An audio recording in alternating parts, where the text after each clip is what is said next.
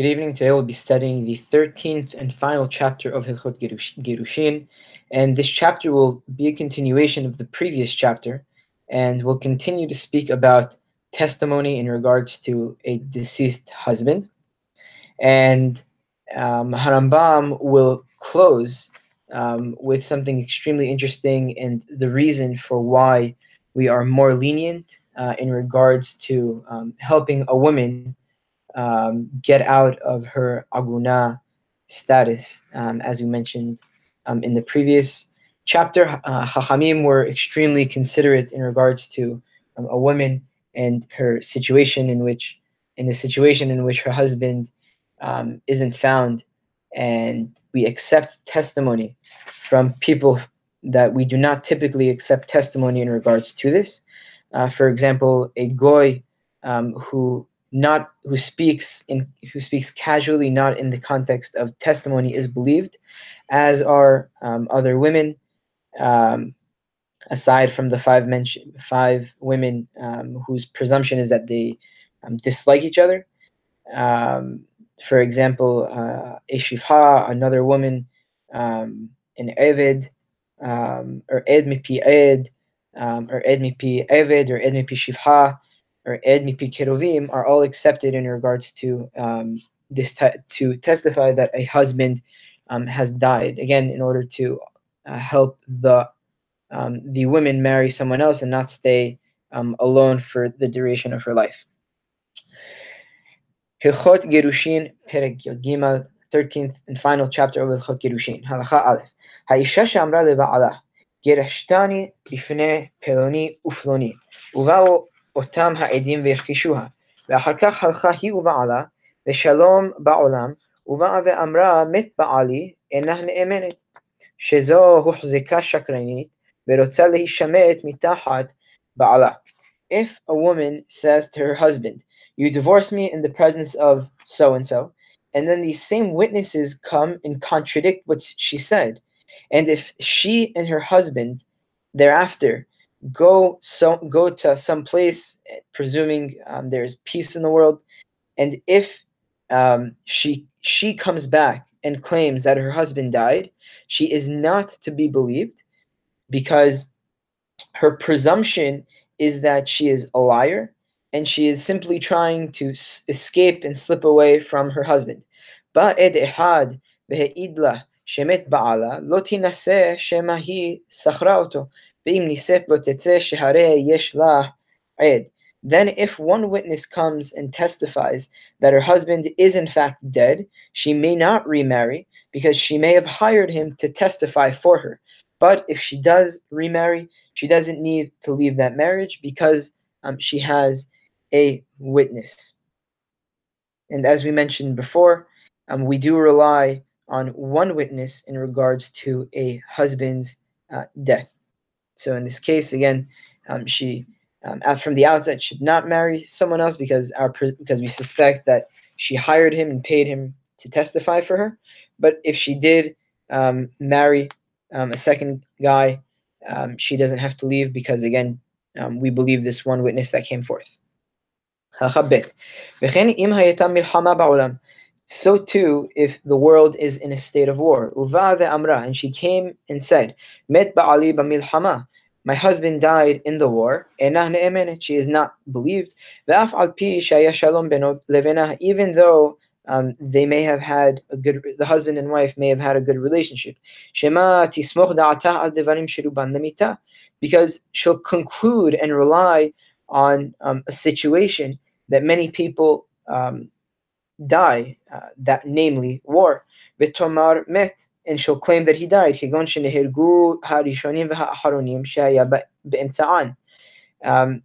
That she'll claim that he died, just like the people at the front lines and the people in the back lines, that her husband was in the middle. Because she'll conclude, just as those who were on the front lines and on the back lines died, so the middle people, the people that are in the middle camp, must have also died, because she concludes,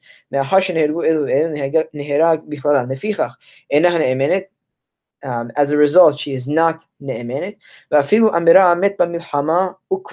Even if she claims that he died in war and I buried him. But if she says that he died on his bed, she is to be believed. And um, in a war, because, as we'll see in the next few halachot, that unfortunately, shalom neda, that some people in war, soldiers and bodies get dismembered. I mean, it's difficult to identify their bodies. So it's possible that despite the fact that the woman says that he died in war and she herself buried him, it's possible that she buried someone else, again because of the nature of war and because of the dismemberment of the bodies that may occur. Halacha gima. But again, if she says that he died on his bed, she is to be believed. Halacha gima lo chzeka milchama ba'olam. If there is not war present in the world at the time, uva'a ve'amra milchama hayta b'makom peloni umet b'milchama, and then the wife claims and comes to the bedin and claims that there was a war in such and such place and my husband died in the war. Lotin naseh tehila. She should not marry from the outset. Ve'im niset lo tetzeh. But if she did marry a second husband, she doesn't need to leave him.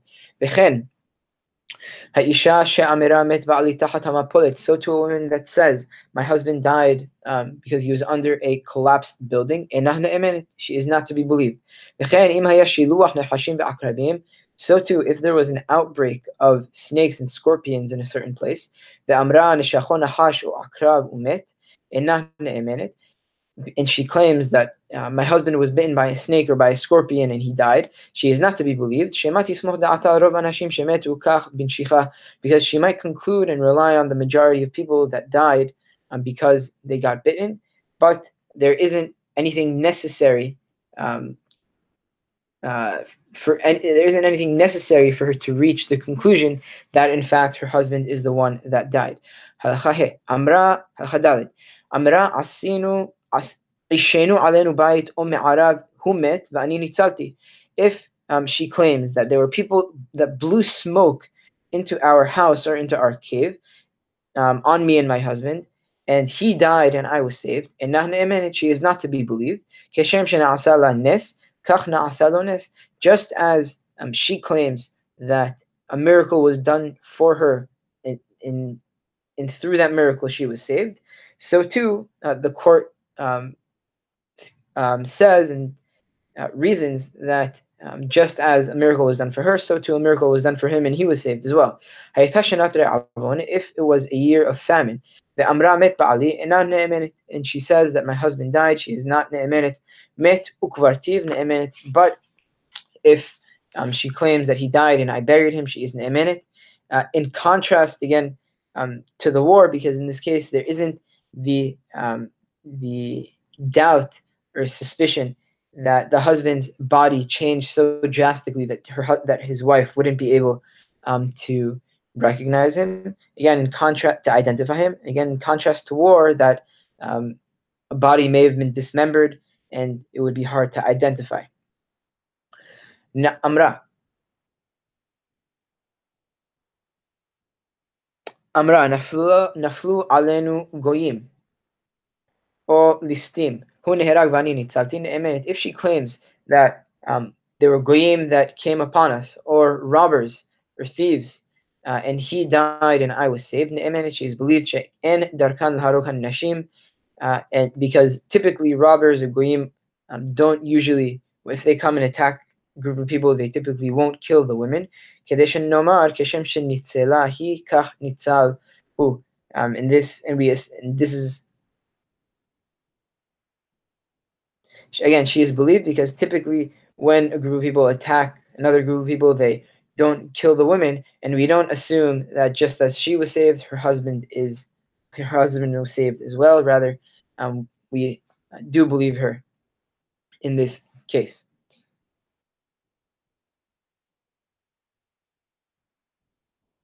Halacha he. Haya dever ba'olam. If there was a deadly plague in the world, uva'a ve'amra met ba'ali ne'emenet, and she comes and claims that my husband died, she is believed. Shedavar pashut befi kol adam shebishnat hadever zeh yeh vezemet, because everyone knows that during times of a deadly plague, there are some people that die and some that don't. And it's possible that in a plague, young people who are strong and fit will be saved. Will die, and older people who are sick will not die. And because of this, we don't suspect that she relied on the fact that the majority of people may have died, because again, a deadly plague doesn't differentiate between people who are healthy and sick. So she is believed. Halacha vav. Kvar amarnu she'ed mipi ed kashed edut isha. As we mentioned in the previous chapter, an ed, the hearsay, or ed mipi ed, a witness that heard from someone who heard from a witness, is valid in regards to a woman's marital status. When is this so? This is all assuming that she heard from someone who is mentally sound,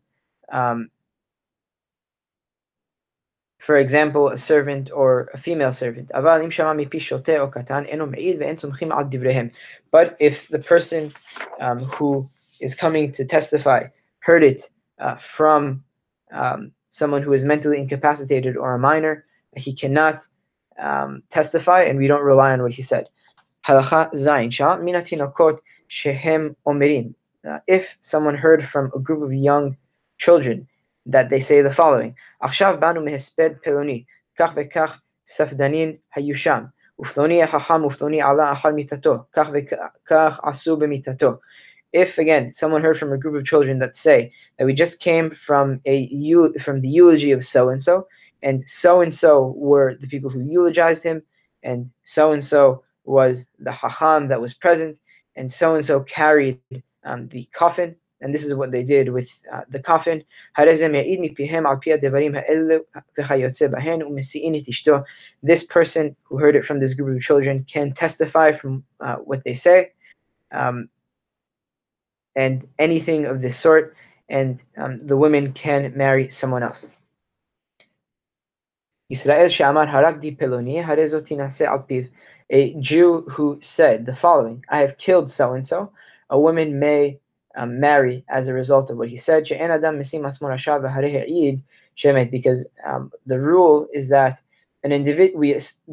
a person doesn't typically make himself out to be a rasha, and he testified that the guy is in fact dead. Therefore, despite the fact that he admitted to murder, he is not his testimony about the husband that he is dead is accepted. Halacha het. As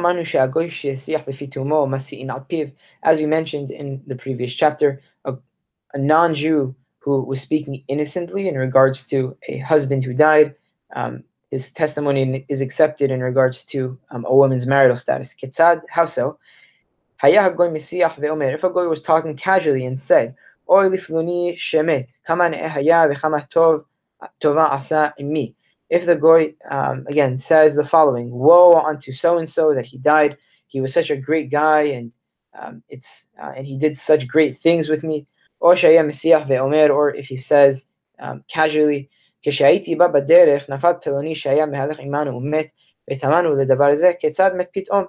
he says that when I was walking, so and so fell when he was walking with us, and he actually died, and we were absolutely shocked about this, and how in the world did he die?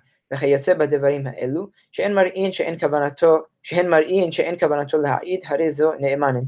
of this sort that would imply that he isn't giving over testimony, he is to be believed. ישראל ששמע מגוי המשיח לפי תומו, מעיד ששמע ממנו ונסתינשה על פיו. A Jew who heard from a non-Jew who was speaking casually can testify from what he heard from this goy, and the woman can marry based on this individual's testimony.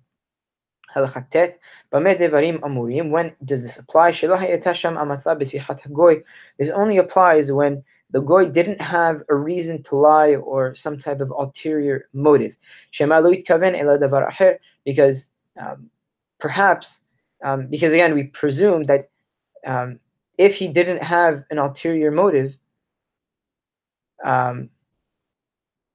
yes, mehila. This only applies when the goy did not have an ulterior motive, because there's no reason for us to suspect that he has something else in mind. Because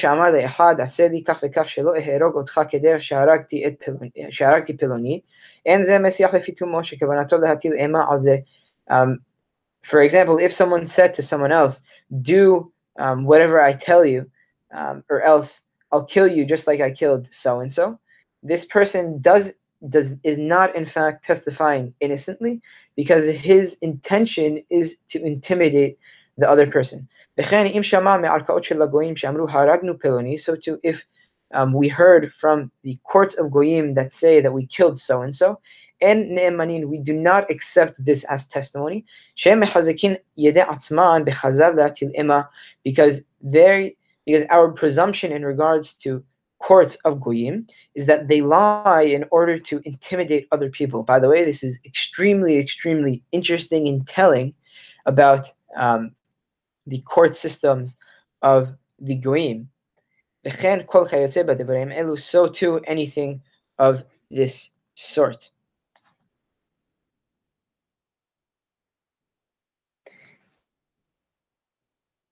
Halachayod.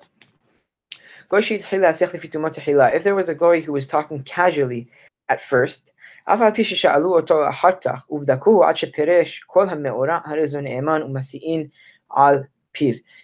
if we ask him about what he said later, and we examine everything that he said about, we examine everything that he said, he is to be believed, even though it looks afterwards that's in the context of testimony, the fact that they're checking him, he is believed, and women can marry based on what he said. Again, another way Chachamim were lenient in this situation. Again, to allow a woman to marry and get out of her aguna status. As we mentioned again in the previous chapter, a witness who said that he heard that so-and-so died,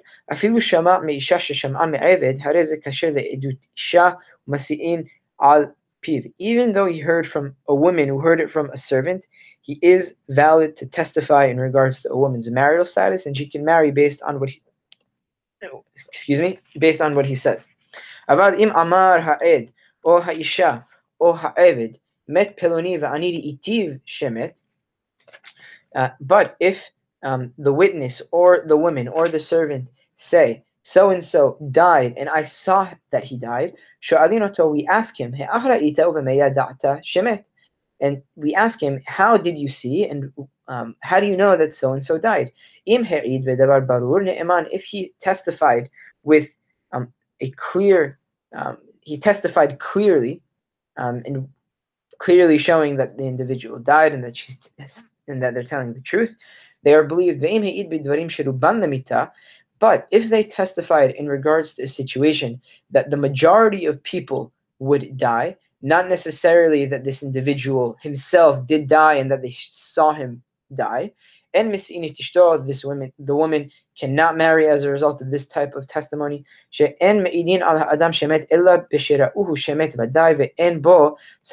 again, the only time we accept testimony in regards to someone that died is when someone saw him die for sure, and there isn't any doubt that he died. How so? If there was a group of people, if someone saw him fall into a body of water, or the ocean. Afilu tava bayam hagadol, even if he drowned in the Mediterranean Sea. En mi'idin alav shemet. No one can testify that this individual died. Shema yatsa b'makom acher, because it's possible that he may have swam or made it to shore somewhere else. Ve'im nafal lemayim mekubatin kegon bor o me'ara.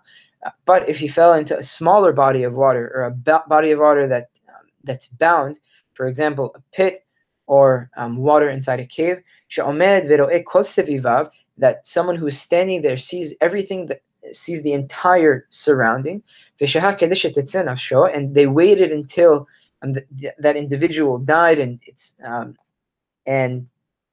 he would be in the water, for the amount of time that it would take him to that he wouldn't be able to hold his breath for that long, thereby the individual probably again died.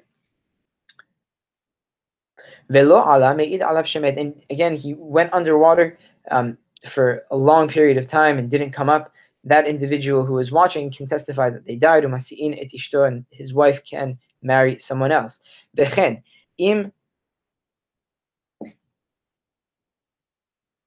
Yes, halacha yod gimel. V'chen, im hishlichuhu bayam v'hishlichu metzuda harav. So too, if he was thrown into a body of water and there was a net that was thrown to try and save him.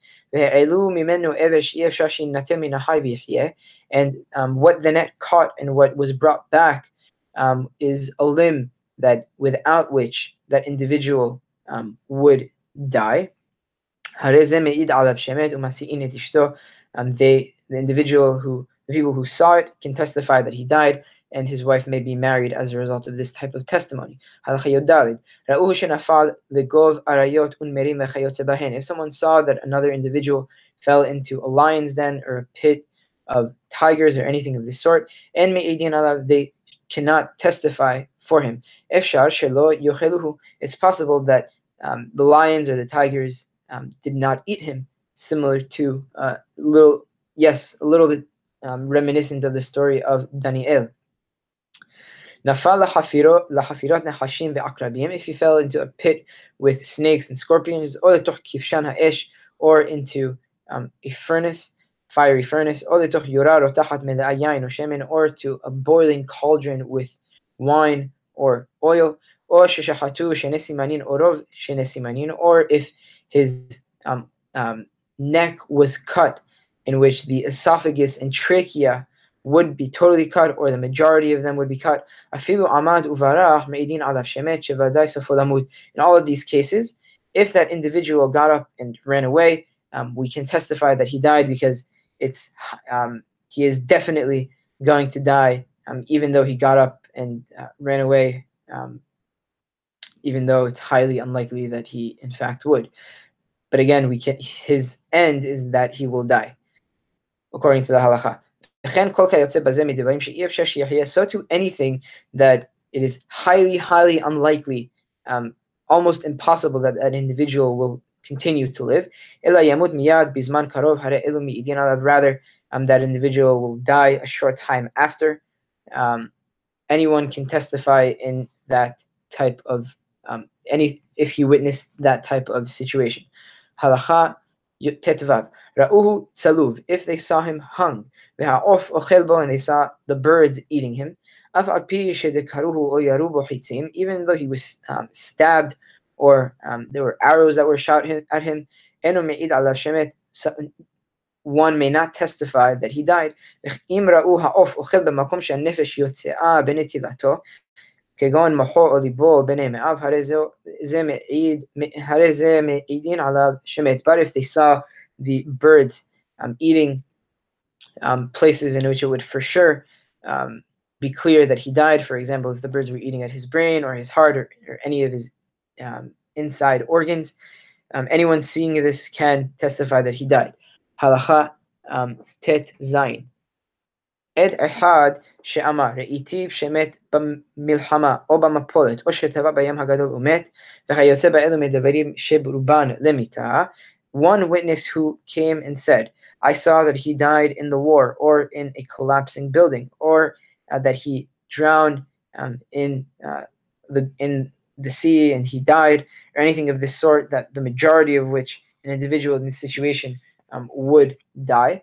Im amar kevartiv ne'eman v'tinaseh al piv. If he says that I buried him as well, he is believed, and the woman can marry based on this type of testimony. Again, the point of the fact that he buried him is that he definitely identified the body and can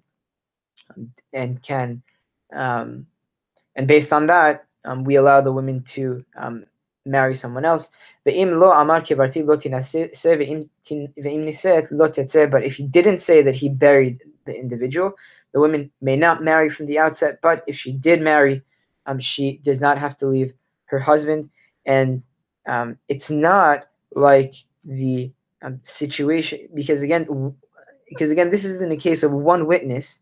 And if she married someone else, she doesn't need to leave her second husband. And it's not like the case of the women that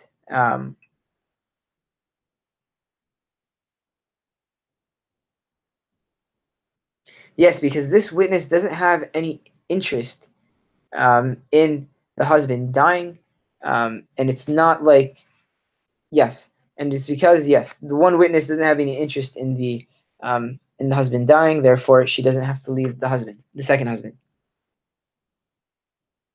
הלכה י"ז וכן האישה שיעיד לה עד אחד שטבע בעלה במים שאין להם סוף. So to a woman who testified that so to one witness who came to testify for a woman that her husband drowned in mayim she'en lahem sof. Mayim she'en lahem sof are an example of them is an ocean that it's impossible to, in Harambam it defines exactly what mayim she'en lahem sof is.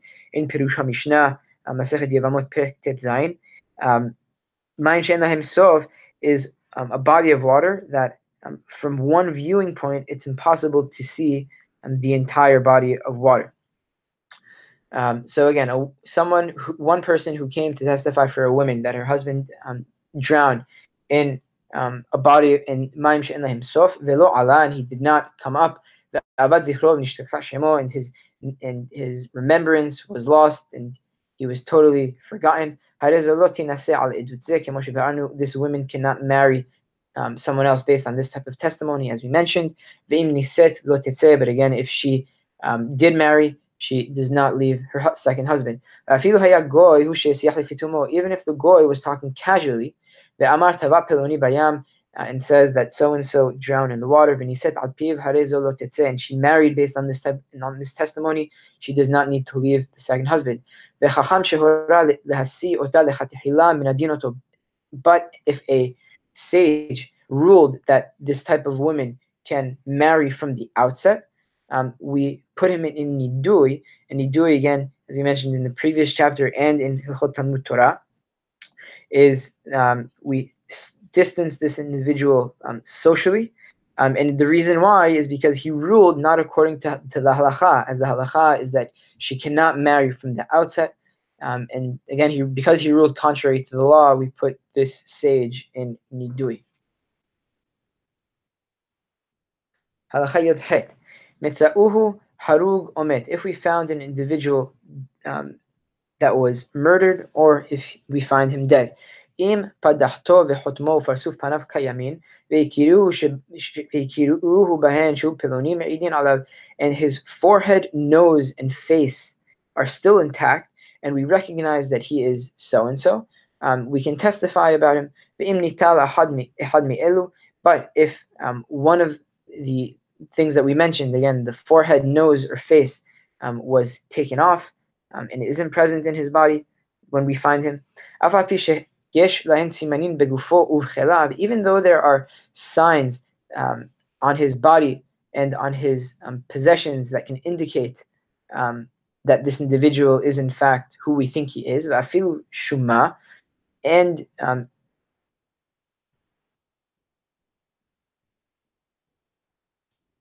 a shuma is a stamp.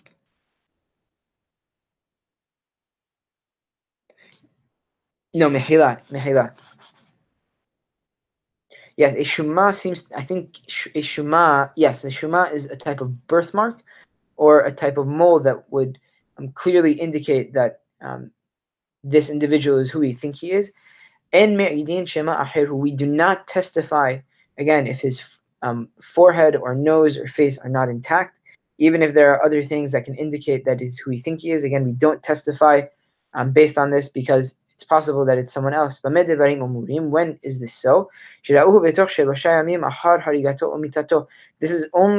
This only applies if we saw him within 3 days after his murder or after his death. But after 3 days, we don't testify about him because his face changes after 3 days, and it becomes much more difficult to recognize that person. Halacha yotet. Tava bayam. והשליחו הים ליבשה. אפילו כמה ימים אם הכירו פניו וחותמו מעידין עליו שאינו משתנה במים אלא אחר זמן מרובע. If someone drowned in the ocean and is cast out by the ocean on dry land, even after a long period of time, the rule is the following. If his face and nose are recognizable, testimony may be given to his death because in the water, his appearance changes only after a long period of time. But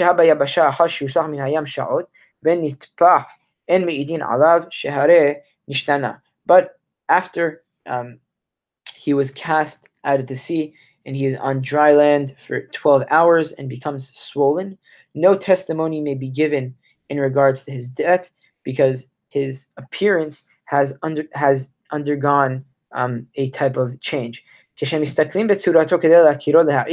look at this individual in order to recognize him and to testify about him, we can check him and examine him even at night with using a candle or using the moonlight. Ra'u ehad omed merachok. If someone saw him from far, and he says that this is so and so from such and such place, if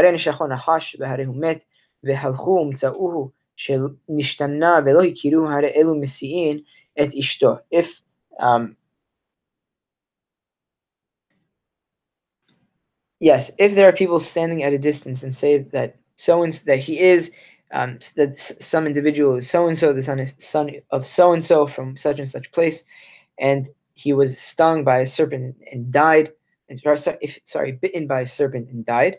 If the people that are looking find his appearance changed, that they cannot recognize him, his wife may marry on their account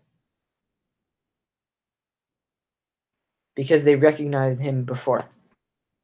And we assume that, again, because they say who he was and who his father was and from what place he was,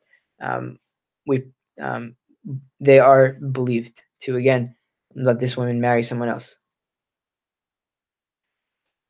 Halacha kaf alef. Ba'achad ve'amar amruli bet din o anashim. If a person comes and says that I was told by a court or by some people, when you go to such and such place, tell them that Yitzhak, the son of Michael, died. And the shaliach comes to us, but the shaliach doesn't know who this individual is and only knows his name. Because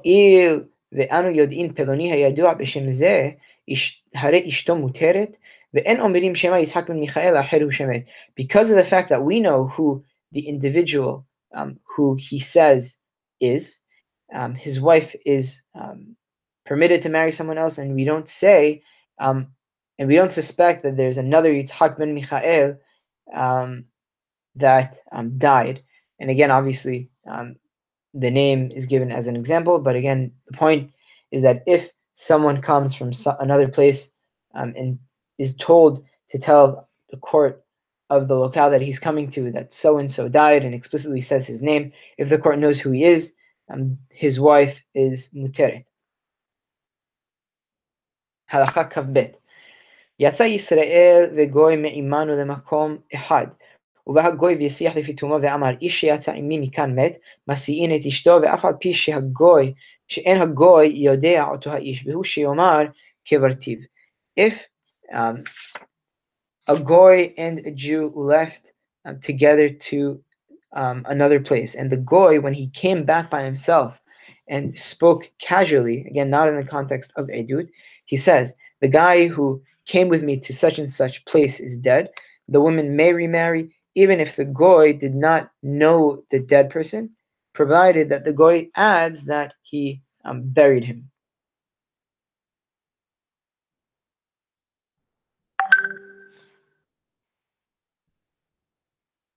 Halacha kaf gimel. וכן אם יצאו 10 בני אדם כאחד ממקום למקום והם אסורים בקולר או נושאים גמלים וכיוצא בדברים אלו. So too, if there was a group of 10 people that were going as one from one place to another, and they are all prisoned and all in chains together, or they're all leading camels as a group, or anything of this sort. And a goy was talking innocently and said, ש10 אנשים שהלכו ממקום פלוני למקום פלוני והם נוסעים כך וכך מתו כולן וכבר נום, מסיעין את נשותיהן. If the goy speaks innocently and says that the 10 people that went from such and such place to such and such place, and they were leading camels, and gives a little bit of detail, and says that all of these individuals died and we buried them, their women may remarry. The wives of these people who died may remarry. הלכה כ"ד, ישראל שאמר מת יהודי עמנו במקום פלוני כך וכך צורתו וכך וכך היו סימניו, אין אומרים בעומדם הדעת הוא פלוני עד שיעיד העד שהוא פלוני ויכיר שמו ושם עירו.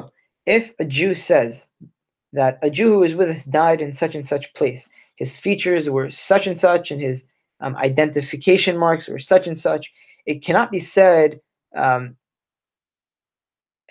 simply by their estimate that he is the person that they are in fact trying to identify, until we have a testimony that he is in fact who they say he is, and there is someone that can recognize his name and can specify the name of his city.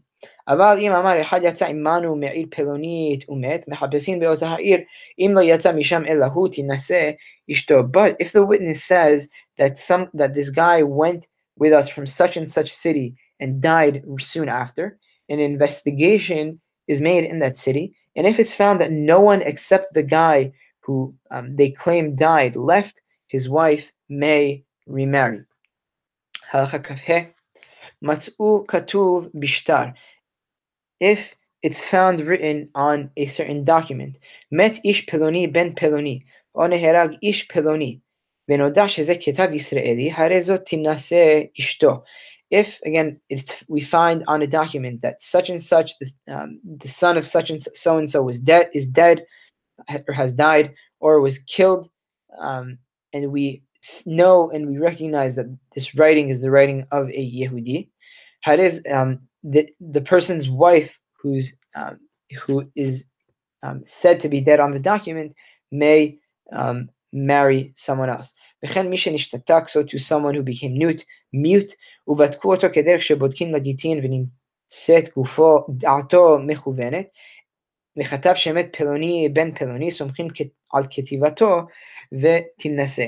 Likewise, someone who lost his speech and became mute and tested in the way that we prescribed in such a case, as we mentioned previously, for such type of individual, and we find that he is in fact sound.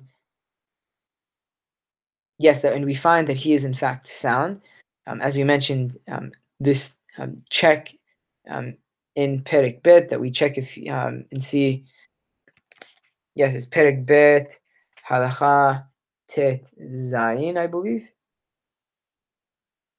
Yes, and the way that we check him is we ask him certain questions, and if he answers and nods properly on things that yes, if he answers properly at the proper time, and we check him three times at yes, and we check him at three different intervals. If he says yes and no at the proper times, he can divorce his wife. If he writes, if he writes it down. But again, in this case, if someone lost their speech and we tested him that he is that he has a sound mind and writes that so and so, the son of so and so, is dead, so his written testimony may be relied on, and the deceased's wife may remarry based on this mute person's writing. ואין בודקין עדי אישה בדרישה וחקירה, שלא אמרו חכמים בדבר להחמיר, אלא להקל משום התרת עגונות. And in regards to the witnesses of a woman that are testifying that her husband died, we don't do derisha v'hakira. Derisha and hakira are 7 questions that we ask every witness, again, aside from the witnesses of a husband who died. And 7 witnesses, and they're done before the witnesses even testify. The 7 questions are about time and space.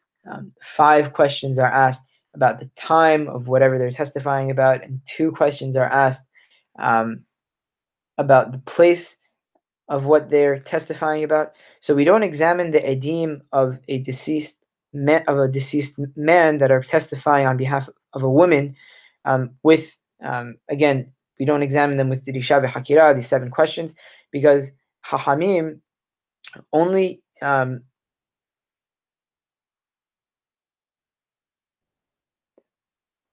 because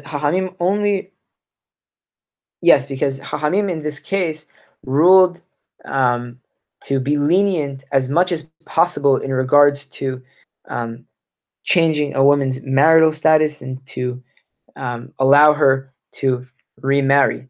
And Harambam has a teshuvah that he says that anyone that is stringent and mahmir in regards to drisha v'hakira with regards to this type of case is not doing the appropriate thing in Hachamim, and then this is not what Hachamim wanted, because again, the ikar of their takana and the way that they formulated these laws are to help the aguna as much as possible to allow her to remarry. Because again, we never want a woman to stay alone for the rest of her life, has v'shalom, and again, we want her to, and we want to facilitate her marriage to someone else in the best way possible. Now Harambam here will close this treatise of Gerushin with the reason why we are so lenient. We try to be as lenient as possible, again, obviously within the boundaries of halacha in regards to the aguna. אל יקשה בעיניך כ"ו, אל יקשה בעיניך שהטילו חכמים הערווה חמורה בעדות אישה, אפילו אישה ועד מפי עד ומפי הכתב ובלא דרישה וחקירה כמו שביארנו. Don't be so perplexed as to why Hachamim permitted a woman that is an erva, that because she is an eshet ish, in regard based on the testimony of another woman, or of a maidservant, or someone who heard from an ed, or from a written document, without them being subject to derisha v'hakira, as we've been talking about the past couple of chapters. שלא הקפידה תורה על העדת שני עדים ושאר משפטי העדות, אלא בדבר שאין אתה יכול לעמוד על בוריו, אלא מפי העדין ובעדותן, כגון שהעידו שזה הרג זה, או הלווה לזה. Because the Torah insisted on testimony by 2 people, and the other rules in regards to this testimony, like Derisha v'Hakira, only in matters that the truth cannot be ascertained except out of the mouths of the witnesses and by their testimony. For example, if they testimony that A has killed B, or A has made a loan to B. אבל דבר שאפשר לעמוד על בוריו, שלא מפי העד הזה, but in regards to matters that can be ascertained by means other than the testimony of the witnesses, לעמוד על בוריו שלא מפי העד הזה, ואין העד יכול להישמט אם אין הדבר אמת, where the witness himself cannot, he can't clear himself if he is exposed as a false witness, as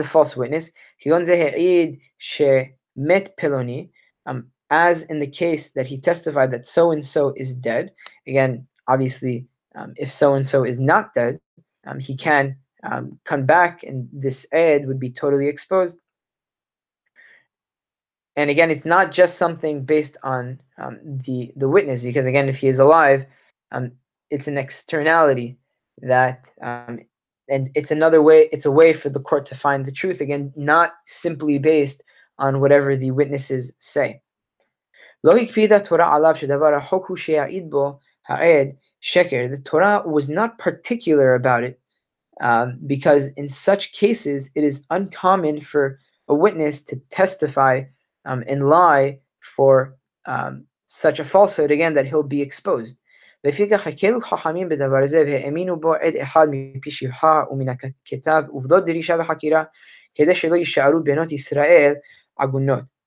And Chachamim were lenient in regards to this, and gave credence even to a single witness who offered testimony from a maidservant or from a written document without derisha v'hakira. And again, in order for the for Jewish girls and Jewish women not to be agunot. And with that, we finish the treatise of Gerushin. Baruch Adonai le'olam. Amen ve'amen.